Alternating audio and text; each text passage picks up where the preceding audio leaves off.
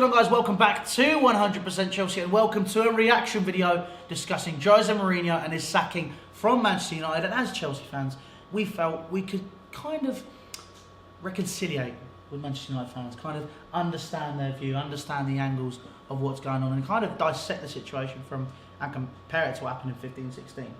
Obviously, 2007 was a completely different time. Whereas 15-16, many of the same players are still around. If you haven't seen already, José Mourinho has been sacked as Manchester United manager.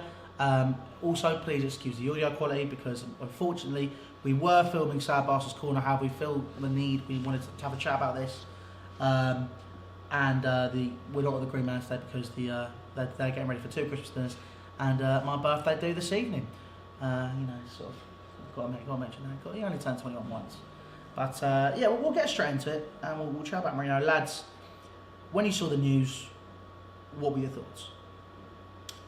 Not massively surprised, but sorry, a bit surprised. I mean, what am I saying? I was a bit surprised, but I can understand because I thought he'd run out his contract. Obviously, it's a big payout, very big payout. So I thought they'd give it a little bit longer.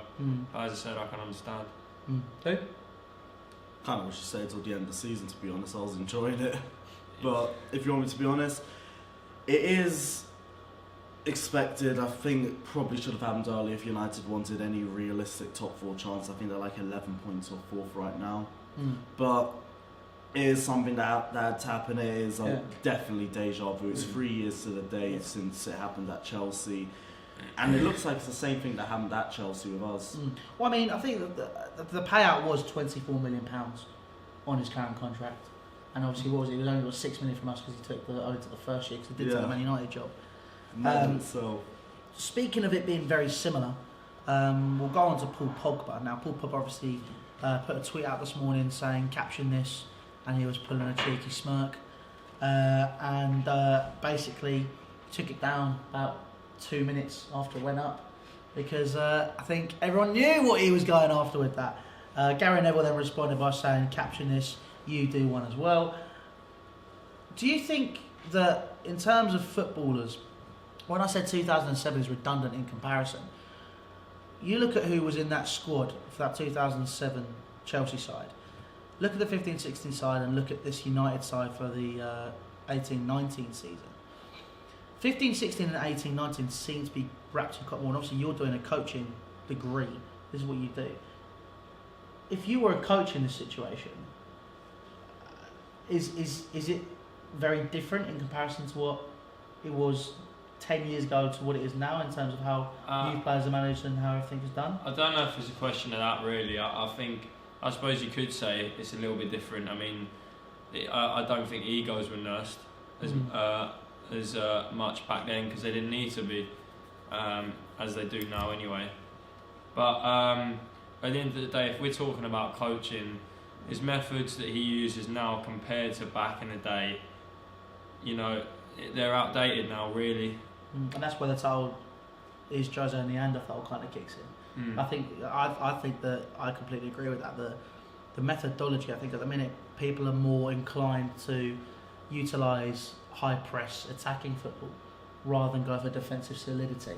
Obviously we saw the same with Conte last year as well. Defensive solidity did get found out by teams that could literally simply make the correct passes and open teams up with just one amazing key ball. And I think that has come to fruition with Mourinho as well, because obviously we did used to see with that original Porto side, with the side that had the record points total before City took it last year. You saw some very free flying, some great attacking football, and I think it's kind of a case of that just dissipated as time went on because he was more inclined to get results. What went wrong? What changed? Pass it over to him. For me, I think what's changed is Mourinho's become what he hated, and he looked. Let's go back to 2013 when he first joined, and I remember him calling Arsene Wenger a specialist in failure. I think he's kind of turning into Arsene Wenger, and I hate to say it because I'll agree with you with what you and Jack were talking about earlier when you said football's changed now from when it was in 2007, and one of the ways it's changed is now footballers know a lot more what they're worth. Yeah. And it feeds into their egos and everything. And also to an extent, they're looking to build their brand for the future, for after football. They're now more looking at what happens after this sport, because they're only going to be they're only going to be in this career for about 10-15 minutes. Yeah. So 10-15 years, sorry. Well, I mean, in the grand scheme of things, it is 10-15 minutes, so I saw where you come from with that. Basically, but the point still stands. These guys are looking to protect their brand, and I think with Mourinho, it's just a case of he's too set in his ways. I remember one of the issues that he said when he was at Chelsea was that one of the problems with his second spell was he gave the Chelsea players at that period the same treatment as he did for the ones in 07, as in he gave them the freedom to go out in the summer. He's like, do whatever you guys want, just come back ready to train. And as we saw in 2015, some of those players didn't come back ready to train. Costa, Hazard, they seemed completely out of shape. Yeah. And you saw how we started the season as a result. That was his third season at United as well. It looks very similar, and that's the thing with José Mourinho. He just looks the same. He hasn't adapted to this game. I think that's the biggest thing here. You know, Mourinho, as manager, look, I think it's safe to say we're not going to slaughter him. I think the biggest thing everyone was speaking about when Chelsea fans said "fuck off Mourinho" at the Chelsea United game earlier in the season. I disagree with that. Which was not me, by the way. I had a lot of you in the comment section saying that. No, I don't think any of us really did. You kind of leaned into it a little bit, didn't you? More, yeah. Heat of the moment. Yeah, it was. I don't regret it, to be honest. At the end of the day, he went to a rival, so I still respect what he did. I won't chant I won't say anything against his titles, because at the end of the day, he's our most successful manager. But exactly. It's just. I think it's not one of those things which is just completely blown out of proportion. I agree. I think that the overarching key thing here is that I think Lewis has hit the nail on the head. He's failed to adapt. And I think Mourinho now is not a top-tier manager, currently. No. I think he could be a top-tier manager again. I think maybe in Italy.